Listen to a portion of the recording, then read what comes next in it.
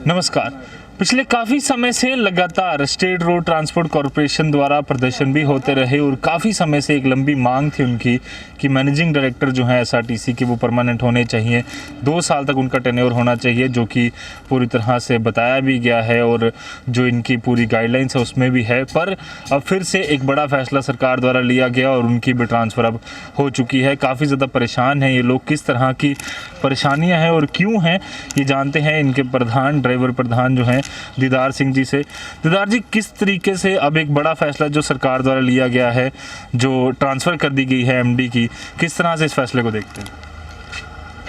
बात यह है कि हमारी इस स्टेट रोड ट्रांसपोर्ट कॉरपोरेशन को बहुत ही मुश्किल हालात में पहुंचा दिया है गवर्नमेंट के फैसलों ने।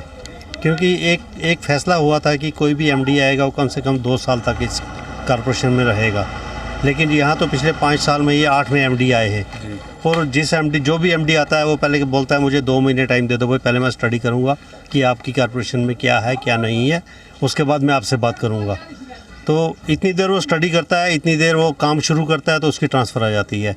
अभी यही जो मौके पे आज हमारे एमडी साहब ट्रांसफ़र हुए हैं, इनको सिर्फ 2.5 महीने हुए हैं।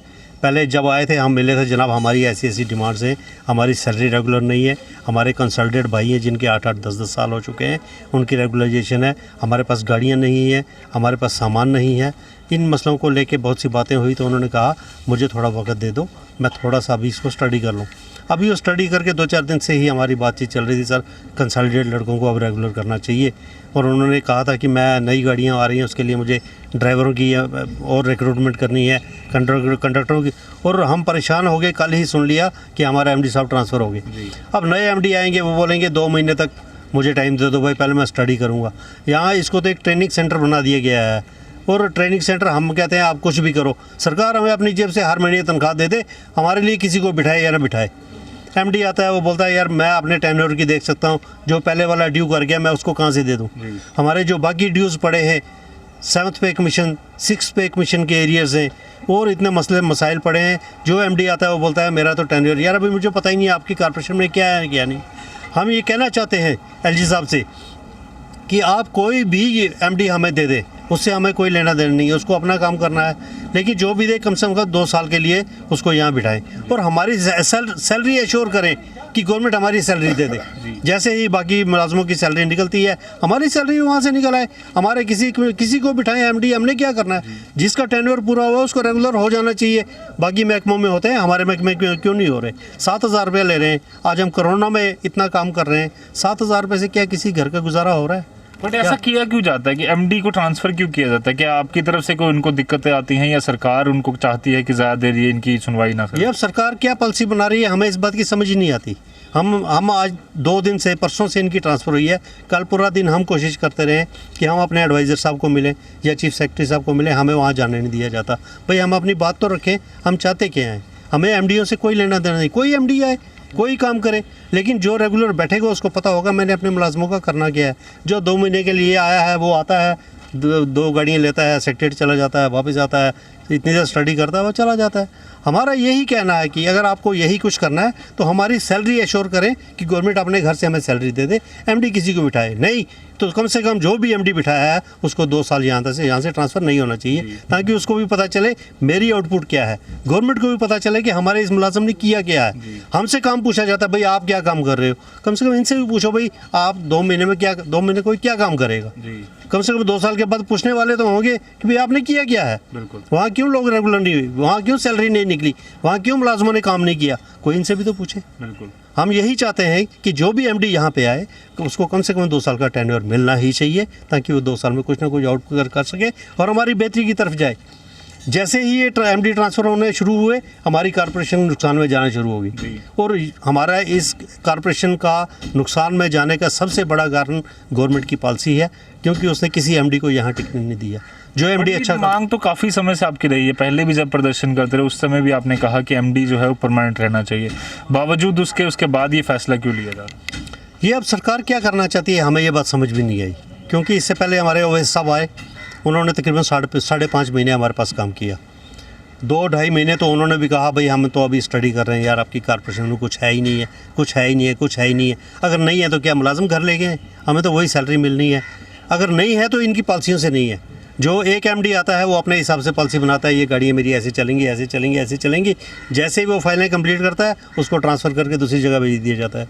दूसरा एमडी आता है, बोलता है नहीं ये गाड़ियाँ इधर नहीं जाएंगी, इधर जाएंगी।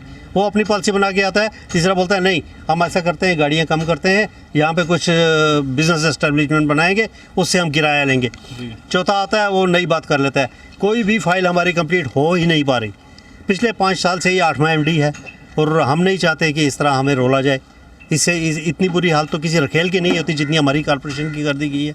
हम ये चाहते हैं कि एलजी साहब तक बात जाए, इस जो एमडी बैठा हुआ है इससे भी हिसाब लिया जाए। 2 महीने आप बैठे हो, आपने क्या किया है, नहीं तो यहीं रुको 2 साल तक, पूरा काम करके आओ, उसके बाद जाओ। हमें किसी के आने जाने से कोई लेना देना नहीं है, लेकिन हम ये चाहते हैं ये हमारा घर है, हम इसी से रोज़ी रोटी खा रहे हैं, इसी से बच्चे पालते हैं, इसका नुकसान ना हो। जब तक एक एमडी टिक के नहीं बैठेगा इसका नुकसान होता रहेगा, और इस नुकसान के ज़िम्मेवार हम नहीं है, मुलाजिम नहीं है।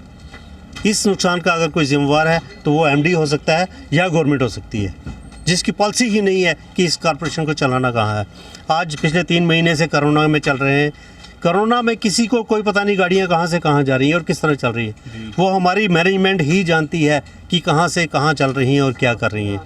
हमारी मैनेजमेंट पूरा काम कर रही है, हमारे साथ पूरा ताउन है, हम एक दूसरे से मिलकर पूरा काम कर रहे हैं। हमारे जनरल मैनेजर साहब नए आए हैं, अच्छी वर्किंग कर रहे हैं, एमडी साहब ने अच्छा काम किया है। लेकिन एकदम ट्रांसफ़र होने से हम सारे एकदम हताश हो गए कि एमडी साहब ने कमिट किया था कि मैं अब आपकी तनख्वाह जो है रेगुलर करने वाला हूँ, क्योंकि पिछले हमारे 3 महीने से ड्यू चल रही है सैलरीज।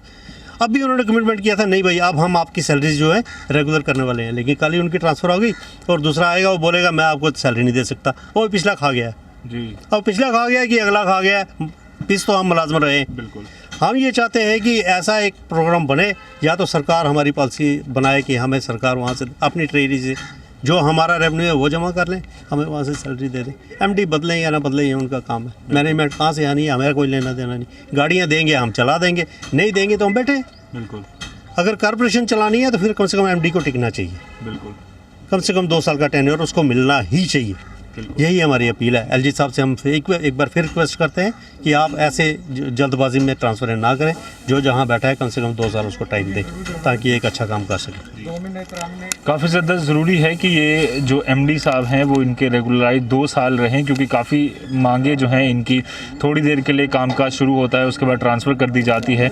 ये काफ़ी ज़्यादा सही जो स्ट्रेटजी है वो नहीं अपनाई जा रही, और एसआरटीसी के एम्प्लॉइज़ लगातार अपनी मांगों को लेकर प्रदर्शन करते रहे हैं, सड़कों पर भी आते रहे हैं। पर अब अगर बार बार ऐसे स्टेप जो हैं सरकार द्वारा या एडमिनिस्ट्रेशन द्वारा लिए जाएंगे तो काफ़ी सारी परेशानियां आने वाले दिनों में आती रहेंगी। और एसआरटीसी जो बार बार कहा जाता है कि काफ़ी ज़्यादा नुकसान में है, वो नुकसान किस तरीके से है, किस वजह से है, इसको जानने के लिए भी एक परमानेंट एमडी जो है वो चाहिए होगा, और लंबे टेन्योर के लिए उनको रखना ज़रूरी होगा। कैमरामैन अंकुर सेठी के साथ Rajat Vora, the news now, Jammu.